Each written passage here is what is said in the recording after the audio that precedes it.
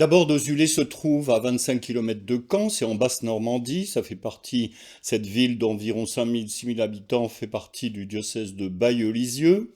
Madeleine était une femme toute simple, une femme qui paraissait pas du tout une grande mystique, une croyante ou une sainte, mais qui était une mère de famille de 5 enfants, qui a fait son certificat d'études, c'est-à-dire qu'elle n'a pas fait d'études secondaires. Elle était femme d'un ouvrier et mère de 5 enfants. Sa mère était grabataire. Elle entretenait donc son foyer. Ils étaient 8 personnes. Et elle habitait Dozulé, qui est une petite ville à 25 kilomètres de Caen, sur l'autoroute qui va vers Rouen. Et donc, Madeleine était très occupée par sa famille, le soin de ses enfants, l'éducation, et puis de sa maison, etc. Et donc, elle a voulu un jour répondre à sa mère qui lui disait: mais tu dis toujours que tu vas faire tes Pâques, mais tu ne les fais pas, ça fait 4 ans que tu ne viens plus à l'église. Alors, elle n'était pas très croyante, elle dit j'avais besoin de quelque chose vraiment comme saint Thomas pour voir, je voulais vérifier, et même tant pis si je n'ai pas de mérite. Et voilà qu'elle décide de faire plaisir à sa mère, mais elle le fait d'une façon entière. Elle décide de se confesser, elle écrit sur un papier tout ce qu'elle se reproche, et puis ensuite elle se confesse le jour de Pâques. Et puis, bon, elle est contente d'avoir communié. Elle se dit: je communierai pour la Pentecôte, l'Assomption et pour la Toussaint. Mais je ne vais pas y aller toutes les semaines.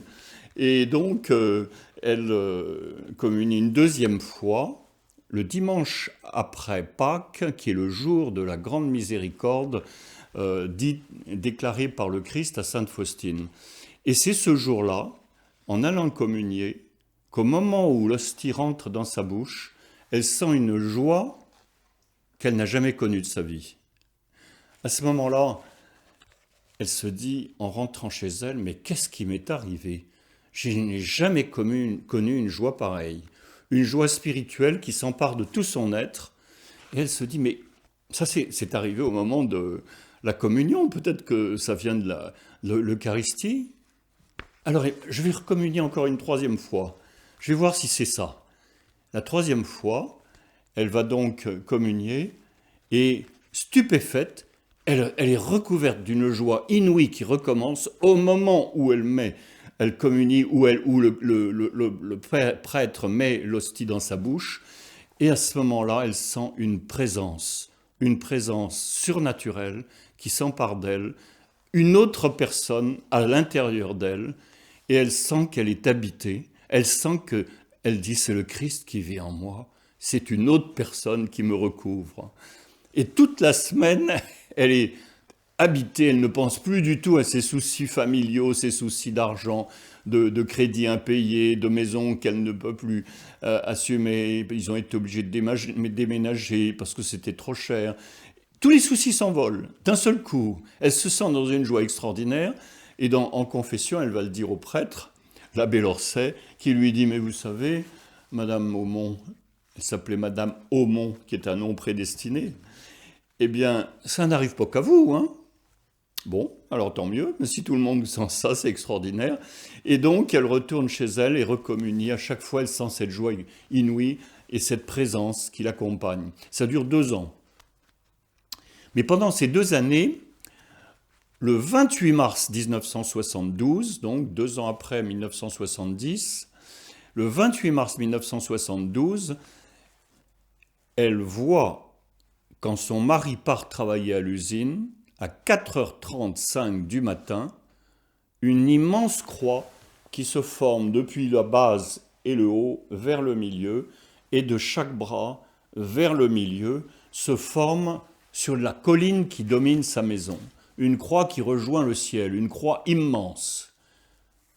Elle est stupéfaite, elle va se recoucher, revient en se disant: mais qu'est-ce que c'est? Elle a eu peur, elle revient, et elle entend une voix majestueuse qui vient de cette croix et qui dit: Ecce crucem Domini. Alors elle ne sait pas ce que ça veut dire. Elle écrit ça sur un papier, Ecce, E-T-C-H-E, crucem Domini. Et elle entend à côté d'elle, derrière elle, une autre voix d'une douceur infinie qui lui dit « Vous porterez cette croix et vous la ferez connaître. » Une douceur et une lenteur comme on ne lui a jamais parlé de sa vie. Et puis alors donc, elle va voir le curé, ça s'était passé donc au mois le 28 mars 1972. 28 mars, c'est une date capitale qui va s'avérer être la date de la crucifixion du Christ, le 14 de Nissan, dans le calendrier juif, c'était le 28 mars. Et pendant plusieurs mois, elle pense que c'est fini. Elle se met les bras en croix quand son mari s'en va à 4h35. Mais non, elle ne voit plus de croix. Sauf que le 8 novembre 1972, la croix réapparaît. Et à ce moment-là, elle entend « Il est temps de sauver tous ces pécheurs qui n'aiment pas Jésus ». Et la croix va apparaître 6 fois jusqu'au mois de décembre 1972, donc d'une façon rapprochée en novembre-décembre. 6 fois. Puis, le 27 décembre 1972, c'est capital cette date, parce que c'est exactement 3 siècles, jour pour jour, de la première apparition du Sacré-Cœur à Paray-le-Monial, à Sainte-Marguerite-Marie. Et c'est le jour de Saint Jean de l'Apocalypse, le 27 décembre. Madeleine ne savait rien de tout ça. Elle ignorait complètement, elle n'avait jamais lu l'Évangile. Elle entendait l'Évangile à l'église, mais c'est tout, elle ne lisait pas. Donc, le 27 décembre, le Christ apparaît et à ce moment-là, lui dit « Je suis Jésus de Nazareth, le Fils de l'homme ressuscité d'entre les morts. » Et là, le message commence. C'est-à-dire que ils étaient, le curé de Dozulé et elle, sortis de la chapelle, de l'église plutôt, où ils devaient préparer une cérémonie de mariage. Donc mettre des vases, etc. Elle avait aidé le curé, puisque n'ayant plus la possibilité de payer leur maison, ils avaient été obligés de la vendre, et d'être hébergés par les religieuses au presbytère. Donc elle était juste à côté, elle rendait des petits services comme ça au prêtre. Le prêtre la voit, à genoux, et il est stupéfait parce qu'il l'entend parler latin. En latin, le Christ lui dit « Ô Madeleine, qu'un sort heureux a fait épouse ».